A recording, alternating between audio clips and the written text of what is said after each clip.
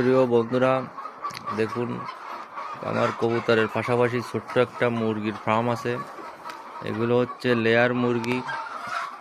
এগুলোর বয়স প্রায় 4 মাস প্লাস, আর 1 মাস পর থেকেই এরা ডিম দেওয়া শুরু করবে। দেখুন এখানে প্রায় 500-550-550-র মতো মুরগি আছে এই ঘরে।